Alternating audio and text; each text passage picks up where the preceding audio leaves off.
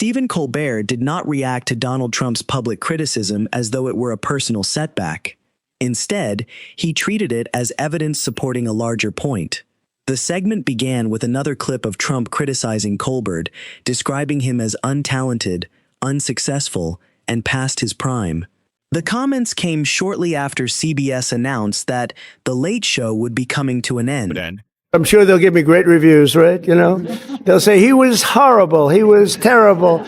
It was a horrible situation. No, we'll do fine. The president went on, I hear Jimmy Kimmel is next. Nope. No, absolutely not, Kimmel. I am the martyr, okay? Okay, there's only room for one on this cross, and I gotta tell you, the view is fantastic from up here. I can see your house. The guy on CBS is what a lowlife. What a lowlife. I mean, honestly, are these people funny? I mean, this guy on CBS. Hey, Mr. President, I will not stand here and let you talk that way about James Corden. On Saturday, Trump talked about some of the other people who have hosted the Kennedy Center honors before him in the past, and he pre-complained about how people will judge his hosting. I thought I was your boy, Dad. Dad, I played soccer too, Dad. I'm still waiting for you to pick me up. Dad, it's raining.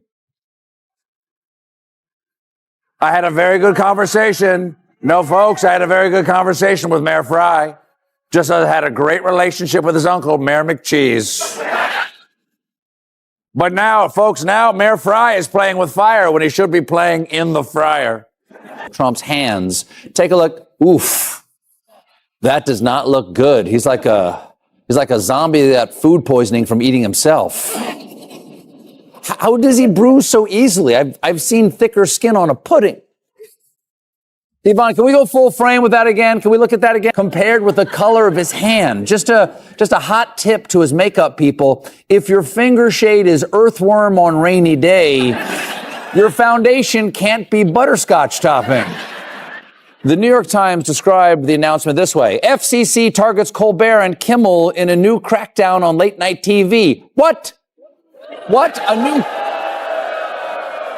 A new crackdown on late-night TV that has enormous implications for me for 4 more months. Press Secretary Caroline Leavitt explained the new purple knuckles, saying, at the Board of Peace event today in Davos, President Trump hit his hand on the corner of the signing table, causing it to bruise. Donald Trump was found guilty on all 34 counts in his hush money case. Yeah. As Donald Trump becomes the first U.S. president convicted of a crime. After 11 hours of deliberation, the jury announced their verdict, and now the judge has scheduled Trump's sentencing. Colbert paused, looked toward the screen, and joked, "Take a look at that. Oof, that doesn't look very good. He looks like a zombie that got food poisoning from eating himself." Trump openly celebrated the announcement and went a step further by predicting that other late-night hosts would soon disappear as well. Colbert allowed the footage to play without interruption. Then, instead of responding with anger, he focused on something far more revealing. He replayed the moment where Trump insisted that The Late Show was no longer important. The audience laughed immediately, because the contradiction was difficult to miss. A president who claimed a television host was irrelevant was still devoting public attention to him, celebrating the end of his program and framing a network's programming decision as a personal political victory. Colbert waited until the laughter settled before asking a single question. If I really didn't matter, why was my microphone worth celebrating? The room became noticeably quieter. That was the point where the conversation shifted. Trump wanted the audience to see Colbert as an entertainer whose influence had faded. Colbert redirected attention to something much broader. This was no longer simply a disagreement between two well-known public figures. It was the President of the United States publicly celebrating the cancellation of a television program that had spent years criticizing his administration. For many viewers over the age of 65, the moment echoed familiar chapters of American political history. They had watched presidents argue with newspapers, television anchors, magazine editors, columnists, and comedians throughout their lifetimes. Political leaders disliking criticism was nothing new. The more important question, Colbert suggested, was what those in power choose to do once criticism is directed at them. Do they answer it, ignore it, or celebrate when the critical voice disappears? That was the line Colbert wanted the audience to consider. He never argued that every monologue he delivered was flawless, nor did he claim comedians should be immune from criticism. Trump had every right to dislike the show. Viewers had every right to stop watching. CBS had every right to make whatever business decisions it believed were appropriate.